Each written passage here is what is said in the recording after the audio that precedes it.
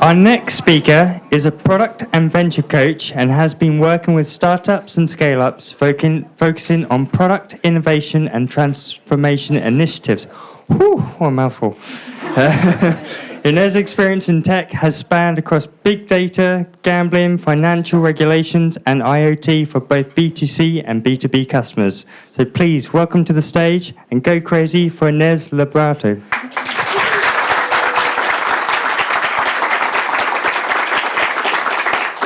Thank you so much. I hope you can hear me on the back. Yes, great. So my name is Inês, but it's a Portuguese pronunciation, so unless you're Portuguese, Inês is fine. There's only one rule: as long as you say the I as an E, whatever comes after, I don't care. So yeah, like Paul was saying, I've been working across a few different industries here, and this is the first time that I'm speaking to my own crowd. Most of the times I'm on that side, so the advice that people gave me, all the great speakers, was that everyone wants you to succeed. And that made me really happy because I put this talk together because I want you to succeed. So I guess this is a mutual understanding. Plus, I'm also very proud that you're all here because a good friend of mine, when I asked, okay, great words of wisdom, please, he was like, well, at the same time of your talk, there's going to be tennis and cricket happening. And if people are sitting there, it's probably because they really care about this stuff. So. Yeah, so a common thread across all these ventures is that the great majority of them, I was the first product person, so formed product person. So when I joined Skimlinks, the product team there had just been through an inspired workshop, and some of you might know the name of Marty Kagan, maybe.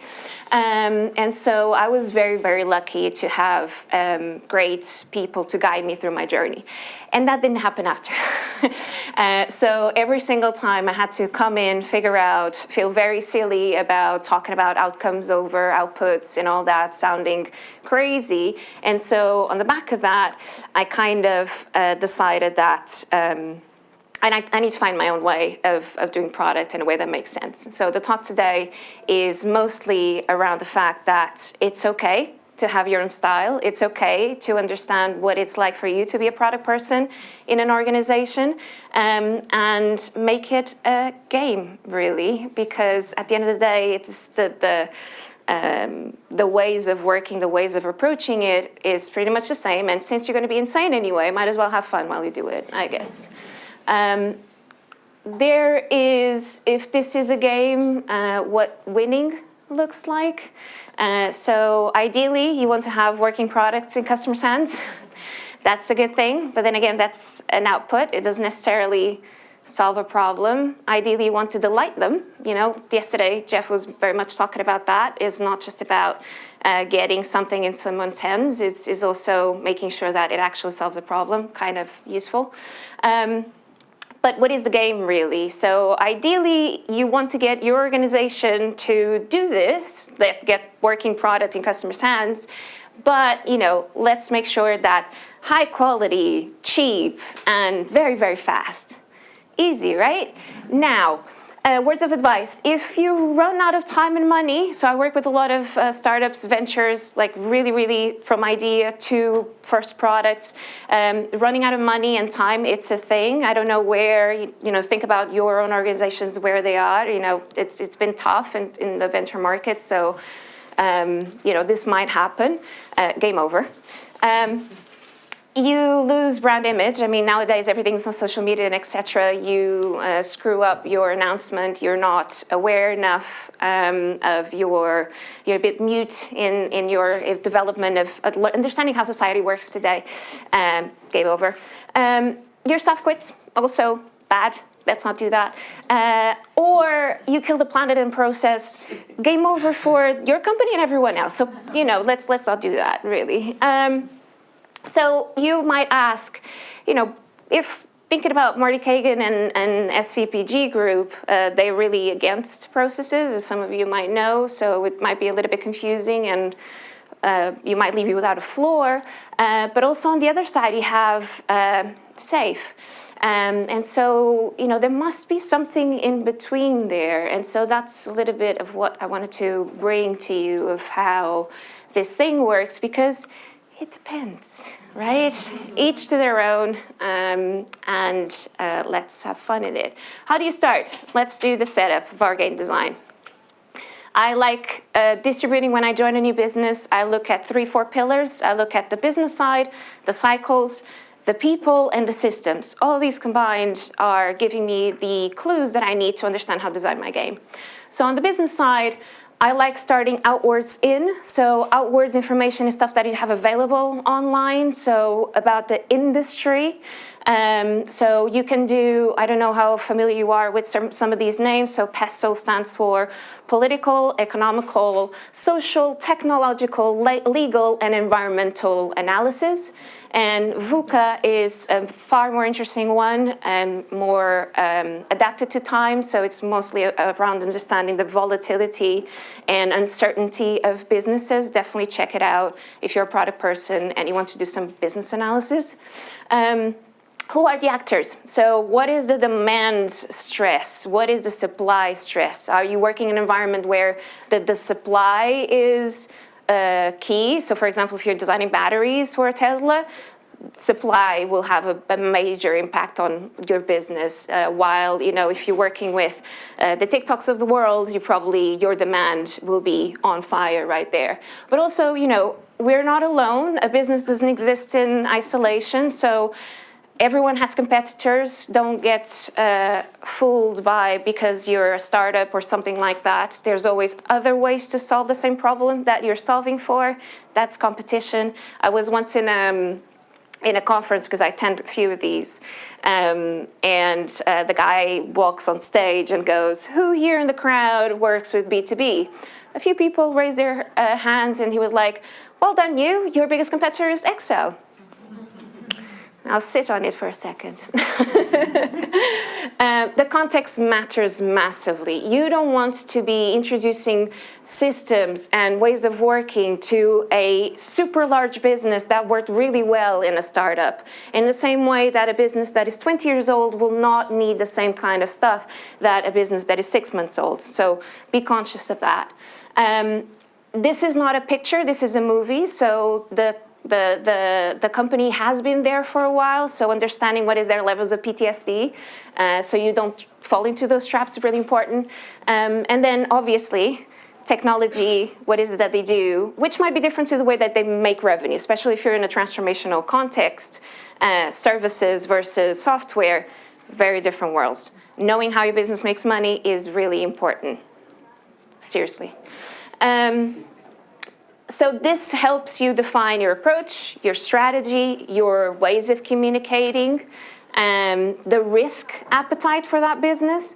And that gives you, for example, at a really high level, you might have a pharma versus a retail context versus insurance versus whatever. And even within, for example, retail, you look at an ASOS and you look at brick and mortar, and you see straight away how technology plays a very different role in these two contexts. Then we have the cycles. The cycles is essentially, as the name goes, is how you define the game speed. The game never ends, so it's going to be about the loops, right? So, for example, if you have a very seasonal business, you need to be incredibly mindful, right? So stuff that people will say about no dates on the roadmap. Well, if you have a seasonal business, you kind of need to understand and sell urgency and sell that you need to meet those objectives. I mean, RegTech, you don't have another option. It is part of your objectives, because if you're not ready, your business will not be able to function from a legal perspective, right? Simple as that. But also on the back of these cycles, it's important to understand who sets these cycles, or what is the factor determination of these cycles, right? Is the industry determining these cycles, or is your leadership team determining these cycles? Or is it financial cycles, right? When our budget's set, that will define how much budget you have in your organization to do discovery. So again, it defines speed and urgency. So I really invite you to tap into some research about your industry, because sometimes people are a bit slow to move because they think they have the whole time in the world, especially if they are larger organizations. Oh, we won before, so it should be fine. It's not. The world's on fire. Keep up with the program. So you can use this to kind of do a bit, I don't want to do scaremongering, but you know what I'm trying to get to here. And again, there you go, very fast-paced food and bev versus agriculture, right? Climate tech is a thing now, and it's amazing. You should all jump on that bandwagon. But seasonal, I mean, Mother Nature doesn't care about your financial budgets. I'm sorry, you know, it's you need to adapt to that. My favorite, the people. So your game characters. This is, you know, your stakeholders. My favorite piece here, your customers, your team, very important. What kind of skills and experience are you working with? So are people who are the newbies in your organization versus the veterans, right? Do you have everyone you need in your team to succeed, to reach your goal, to win the game? You might not. You might have to have a look at that. And then my favorite, the key masters and the gatekeepers. We all know who these people are. The key masters help us and want us to succeed, and are the ones that you can be a little bit silly with and rant a bit with, and they'll help you. The gatekeepers are the people who are a little bit more risk averse. They don't hate you, they're just worried. Very, very worried. And we love them as well. Yes? Yes. Because we're empathetic and we want to work with everyone. Yes. Again, this defines the talent and who are going to be your allies and the people you have to work a little bit more with, you know. Be mindful that remote has made things a little bit more complicated in terms of bringing donuts into the workplace. That worked very well for me in the past. I mean, as a previous cake designer, oh my God, I won so many things with that. Now it's a little bit harder, I must say. But also, priorities is not just on ideas. Some people are really, really important to prioritize for you to speak with and make sure that they're always on top of the game. As examples, you know, you might have your org chart and your invisible networks, right? Who do you need to get to the other person? That's important. You know, start building your board game. The systems. This is a bit of a tricky one because the systems is not something that we hear often about. These are the reward systems, essentially the things that will give points, bonus points to your game, or will make you lose points. So, for example, if you're looking for a promotion, what is it that you need to do? For example, if you are working as a team and you're trying to move everyone to work in a more collaborative way, but the motivation pieces are all individual, you know, it doesn't really add up. Right? So what do people respect? What do people value? You need to understand these things because you'll be working with these things, right? And sometimes these things are the things that make or break this thing. And I'll talk a little bit about, you know, how I learned this, but it's going to be fine. Like Laura said, everything's going to be fine. So this defines the rituals, what is valued, how people work, what motivates people. So sometimes you have a blanket slate. Your HR loves giving the same kind of benefits to everyone, even though that doesn't motivate them in the same way. Let's have a chat about that. But yeah, so is this an organization that believes in data, or is it more informal networks, for example? These things matter because you are designing the game to work for this organization and not for another organization. So some organizations might look like this. Everything is about business. Then you have the cycles that impact the business a lot, but then you have some systems, and then there's people, you know. The idea is that you want this to work together, because when you work together, things make sense, and things are connected. We like connected things. The board. No news. I'm not going to spend a lot of time on this. I like having my roadmaps have an intro page that summarizes a little bit of everything. This gives everyone an opportunity to center and to go like, this is my vision, this is what we're trying to do, these are the most important things that we're working on. Anyone has any questions, let's have a chat, essentially. So it's out in the open, transparent for everyone. You don't know which game you're playing if you're not seeing it. So if you want people to play with you, you kind of need to show your hand. Same goes to now, next, later. And again, very much, again, Jeff did a great job about talking about outcomes over outputs, initiatives around problems. There's a great talk that Jared Spool does as well. He did one in 2016, if I'm not mistaken, at Mind the Product London. Great talk around that if you want to know more about it. By the way, I have, like, as you can imagine, networks of information for any of these points that I'm talking about. So come and see me if you have any more, want to go deep dive, because I only have half an hour to talk about all of this, okay? So yeah, this is your board game, essentially. Transparent, open to everyone, even to that salesperson who's like, when can I have this feature that I promised the client? Everyone, okay? It's painful, it's gonna be painful, but it will get better, I promise. Plot twist. All good games have a plot twist. I'm here talking in front of you and everything, you know, there's pillars. And, you know, when I join an organization, I do this buckets thing and I go to Mira and I have Post-its for my buckets. That's how I learn and understand about an organization. You can only build this game if you're actually playing it. Sorry. It's two jobs at the same time. You kind of need to do this at the same time you do that, you know. Spinning plates and all that. The thing is, you're now part of the business. You move with the cycles. And you're influenced, and you influence the systems. And you're one of the characters. Da, da, da.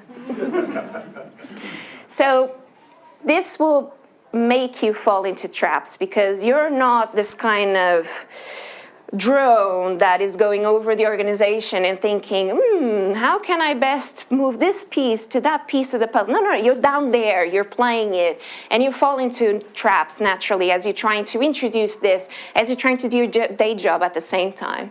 And here are some of mine. So these are not a stick to beat you with. You know, we all make mistakes. Thank you, Laura. These are, I'm kind of sharing my mistakes with you because, like I mentioned, I didn't necessarily have that many people to coach me while I was the first product coming in. And so a lot of these I learned on my own, but also, you know, power of community. If you feel alone, join a product community. There's a ton of them. Product in the Ether, Mind the Product. Meetups have a lot of answers there. So don't feel alone, please. We're all going through the same mess. But yeah, so falling in love with the process or being a purist. Did I mention that my background into product was inspired? So Teresa Torres says, but you know, Marty Kagan, have you read Marty Kagan? You need to read Marty Kagan, because if you read Marty Kagan, you totally will get this. Like, you don't even need to do anything else. Or the lovely no dates on the roadmap. So I'm here standing in front of you saying, please, if your business depends on it, put the damn dates on the roadmap. Pretty please. Because it needs to be, again, contextual to what you're doing. You get a go to jail card if you do that. The next one is product seen as a gatekeeper, right? You're the only person who knows how to do product right. So all the other ideas are not necessarily the best ideas, because you know, right? You know better than salespeople. Everyone knows that. Come on, seriously, salespeople. You're not the voice of the customer. Or any new idea, you go like, no, my roadmap is so pretty right now. I don't want new ideas, please, because it's so nice. I mean, we're kind of on track, so why would you add any new idea? No, but the market, and we're going to die if we don't add this idea, please. I never came to that, by the way, I promise. Or one of my favorite ones, you should have told product about this. Like wanting to know everything, wanting to control all the information. Dude, seriously. Revert that back, right? Don't. It's a team play. It's not about you. Another one which is, you get to do your user discovery, you get to interview customers, and then everything just goes and sit in a document somewhere, and you don't really share it with anyone because, I don't know, you spend 4 months trying to do it, and then finally do it, and now you have to rush into producing something, and so you don't really have the time to share with everyone. Or your thinking process happens on Miro, so you expect that everyone else is on the same page as you, and you don't necessarily take the time to come on stage and say, here's what we learned. And yeah, sometimes one of my favorites was like once marketing asked me a question about, so when is something going to be out? And I was like, oh, but we had this on Jira. Didn't you know that we were looking on that? It's like, I don't have access to Jira. It's like, oh, I'm so sorry. Yeah, you learn. Danger zone. So this is not the game you're looking for. This is not, this is a team thing. Like, we're not trying to kill ideas in the process. We're not trying to eliminate each other here. No, happy stuff. How do you win, or how do you help, or do your best to help people to win? Very simple, apply discovery techniques. It is your product now, so apply product thinking. Start small. So starting small, it might be something like starting with one team, starting with a small idea. Like depending on how complicated, sometimes something as simple as starting a newsletter to your customer base might be your best starting place. Because if you want to start playing the game, you need to understand what are going to be these gatekeepers, the blockers, who do you need to get in touch with to release something, blah, blah, blah, right? I don't know what is your context. Think about your context and think about this. What would starting small mean? Just because it's communication to people, it's still part of the experience. So don't feel small because it's not necessarily a digital product right now. It's all about the experience at the end of the day. Defining a target market is mostly around who do you need to win in this conversation, because there's going to be a lot of stakeholders. So when you define your target market, you get really good at speaking their language, and you get really good at understanding their problems. So this is what I mean there. The research and the context and constraints is going back to the board, to the board setup, and thinking, what is it that I learned from this experience that I didn't know before? Or how can I use this technique that I've used in the past that really helped me was, while I was putting my research together in terms of the business, the cycles, the people, the systems, I would go and use that as a communication vehicle to interact with these stakeholders. Like, oh, I found out this about our industry. Do you feel the same way? And you start building, face-to-face kind of relationships and connections. So some examples of what worked well for me in the past. So, for example, instead of having the 2-week sprint, I moved into burritos and wraps. So we took longer because larger products will take longer to get into that continuous delivery kind of system. Most of the companies that I've worked with never really got there, to be honest. That kind of slide yesterday of 1 second. Amazon releases once every second got me a little bit sad. I was like, I never got to do that. But yeah, burritos and wraps are essentially everything that goes into a product, even if it's just for testing as an output of product discovery. There would be design activities, engineering activities, customer discovery, marketing conversations, and I'll call that a wrap for the smaller things and a burrito for the bigger things. Yeah. I like giving funny names to things that you probably will see. Instead of having a daily stand-up, for example, because, for example, in this case, I was working with a very stiff development agency. Yes, I worked with a lot of contexts in the past. I kind of coach everyone to move into, okay, if we need to speak more often, let's adjust that to the release time. But otherwise, if you're just doing discovery, if you're trying to figure out testing requirements. If you're trying to figure out other things, let's use a wider space to actually use for that discussion rather than try to get it out in a stand-up and everyone's kind of no one's paying attention and all that. As I mentioned, test this often because the first, the second, the 20th time that you go through your cycle, you might not get it right. This might take months to make everyone comfortable with your game. And so add it to the calendar calendar is your best friend. So if you say that, for example, something simple as if you say that you want to review this introduction of new process or new system, if you want to have a feedback loop and understand how is it going with the team, put it on your calendar. Like, let's not fool ourselves. Cycles might take 3 months, cycles might take 2 months. Put it on a calendar. It's massively helpful because you're going to be doing a lot of things at the same time. This with all the vision to scale, right? You start small so then you can make it bigger and introduce it to more people. I think it's still very important that you find who's going to be your buddies, because those people are going to vouch for you when you're not in the room, across the board. That goes for sponsorship, and sponsorship can come from interesting places. So make friends with your CFO, for example. They need the data to start thinking about the budgets. There's, for example, in the UK, if you use your R&D budget, you can actually get money back.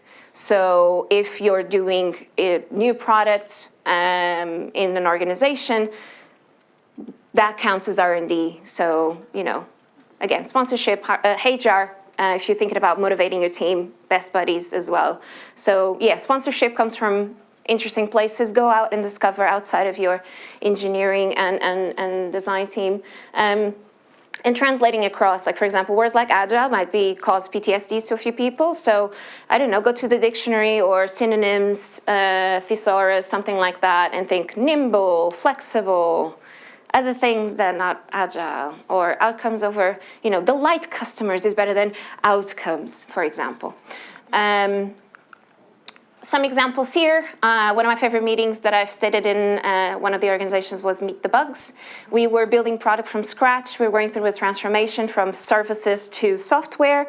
And a lot of people were quite anxious about the fact that things had bugs and things didn't work as expected because it was new things.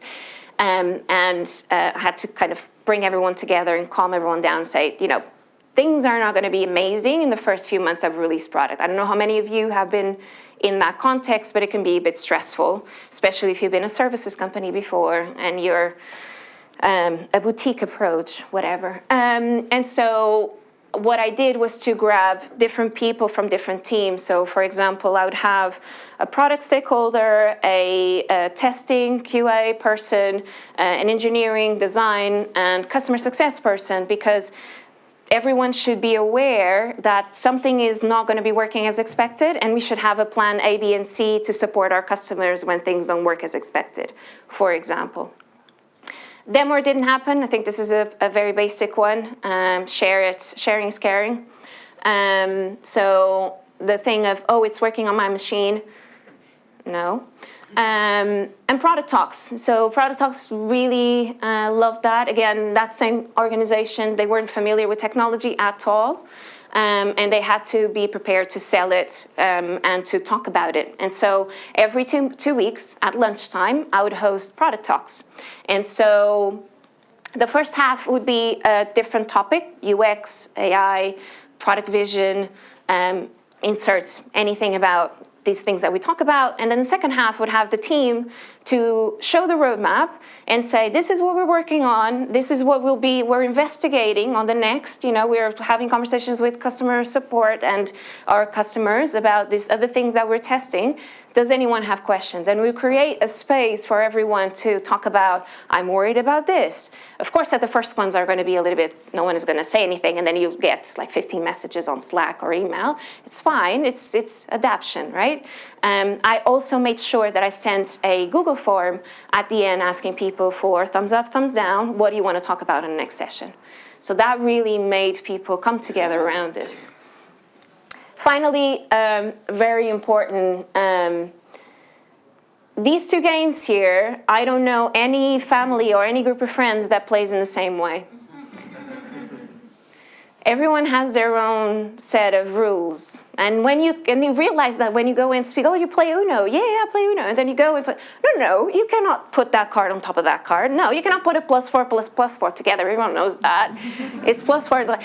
Or when Uno released the rule that you cannot do the +2 +2 +2, it was like, everyone went like, what? There's no way. So that means that it has transcended its rules, right? That your game should not have rules. Your game should be about understanding where you're going, why you're doing it, and making sure that everyone has a same level baseline of understanding. You don't want to be creating this game.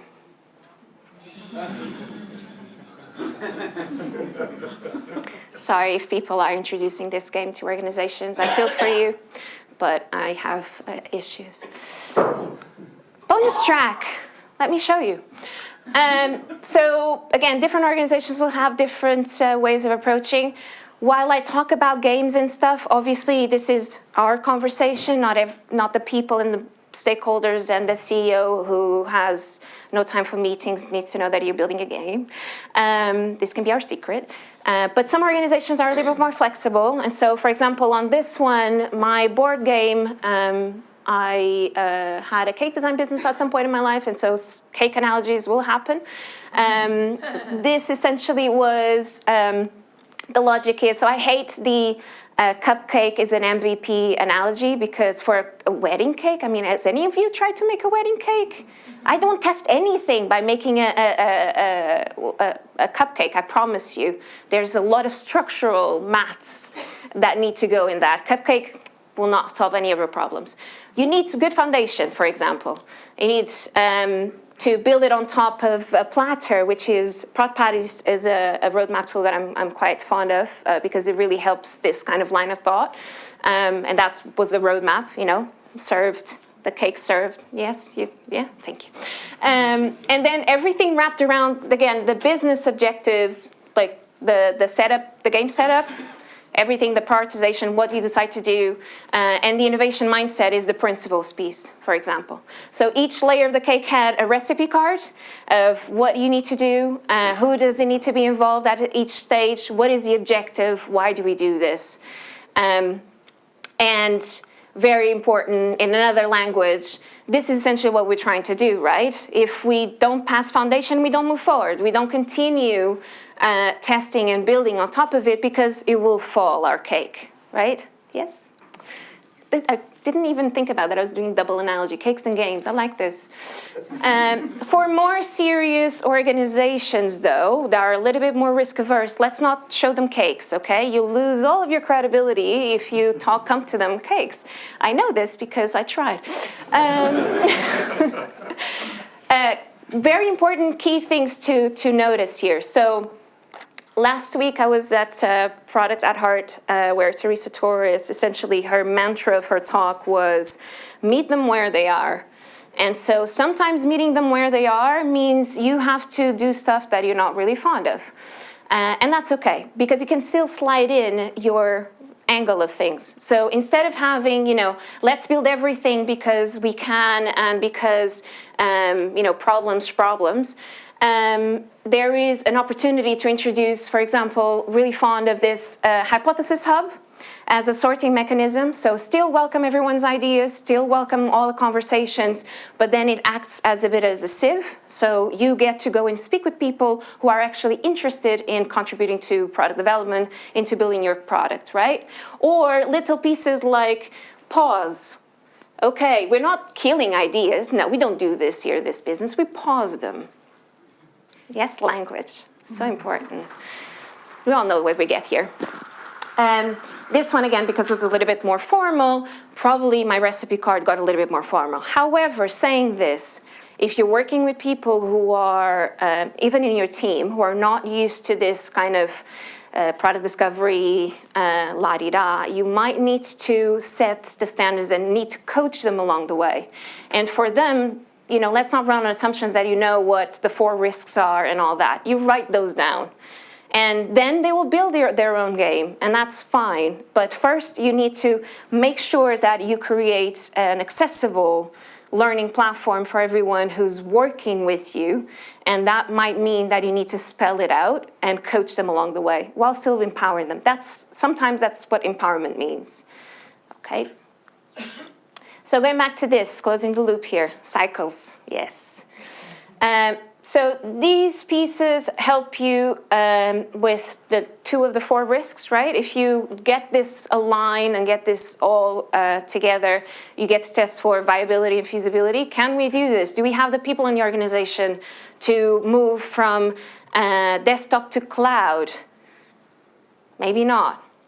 Is the business still going to be viable if we do this? So if I'm moving from services to product, your product is not going to be making money, the same amount of money that the services branch is doing. But we still need to bet on it and move carefully and surely because that's what's going to make us money and scale, right? And make it to the next round. This also gives you prioritization and alignment. Like the cake, you don't move forward and you don't work on things that are not aligned with the business if they don't want to, unless you have an innovation arm, and that's going to be fun.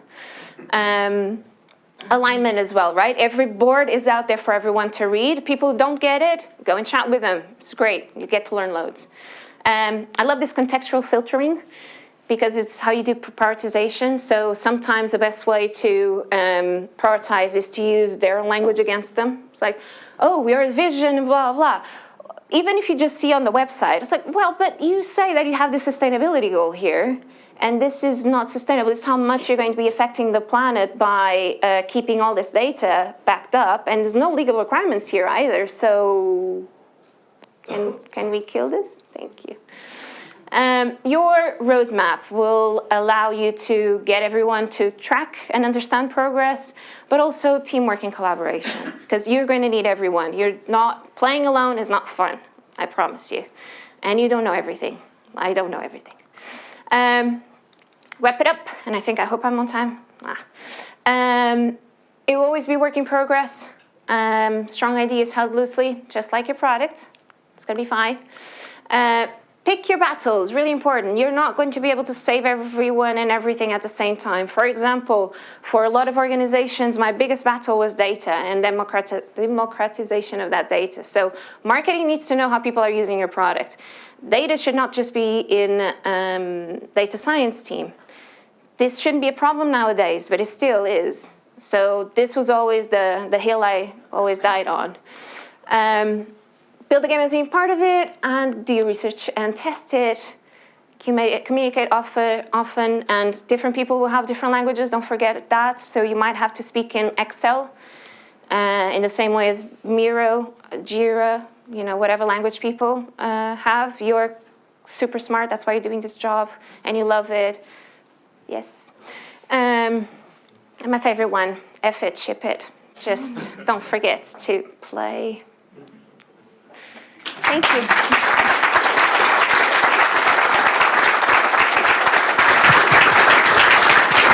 Thanks, Inês. Any questions from the audience? That was fabulous. Thank you. Any questions? Oh. Great talk. I'm curious, what's your winning percentage? And if you have lost, what was a reason or is a reason? To be very honest with you, being the first product person in most of these organizations, there's so much context that you need to build. And most of the times you're so far away from where they could be that you end up falling to other types of traps of not being able to move fast enough, not being able to move forward enough, people not necessarily understanding that there is this speed that you need to look after. And most of the times losing meant or came from the fact that this is not a good fit anymore. I've done the work that I could do with you, and now you need someone else to take this on, essentially. I would say that it's really funny you asked that, because I was speaking with a product leader the other day, and we were having a conversation about introducing product mindset in an organization, and he was saying, like, we hired once this incredible product head of product for our organization, and I recognized now, so 2 years after she left, that we weren't ready for someone like her. And I think that for someone, I don't know how many of you have been in this experience of being the first person who knows how to do this. I don't want to use this expression, but you know what I mean, because it's so far from where the organization is, and yeah, so